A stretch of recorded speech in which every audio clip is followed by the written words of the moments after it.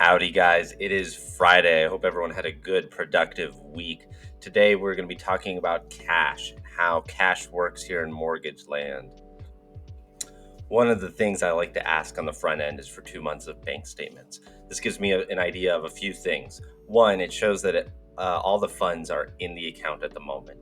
We want to make sure that any dollar, every penny being used for closing is in a paper liquid account at a bank or credit union to make sure that we can use it for closing.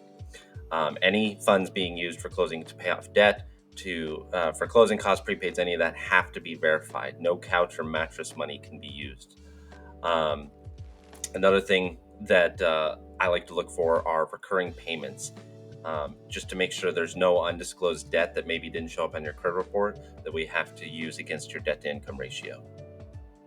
This one right here is not asked by most loan officers. I like to ask the question just to make sure there's nothing that surprises us when we get into contract. I want to make sure everything is clean as a whistle.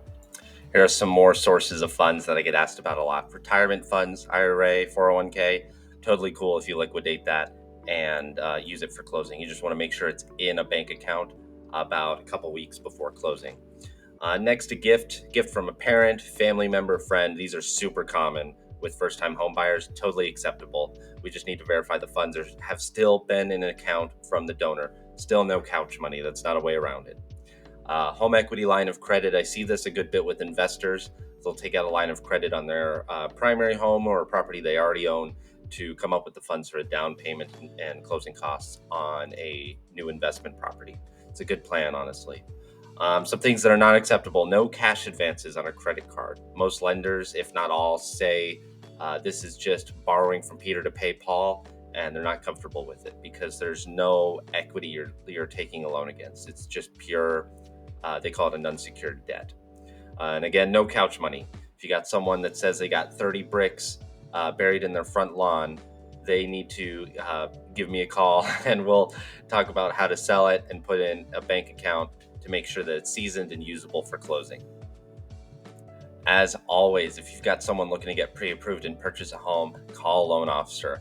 I'm available all the time. Fill out an application and be happy to call your borrowers and walk them through to get their assets in a place that they can use for closing. I think this is super crucial, at least a couple months before you're looking to buy, because if they do have gold bricks and need to sell it, we do need to wait a couple months for that to be seasoned before any money can be used to purchase a home with a mortgage. Please give me a call. I'm always happy to help put your borrowers in a prime location to purchase a home. Thank you, guys. I hope you have a good weekend.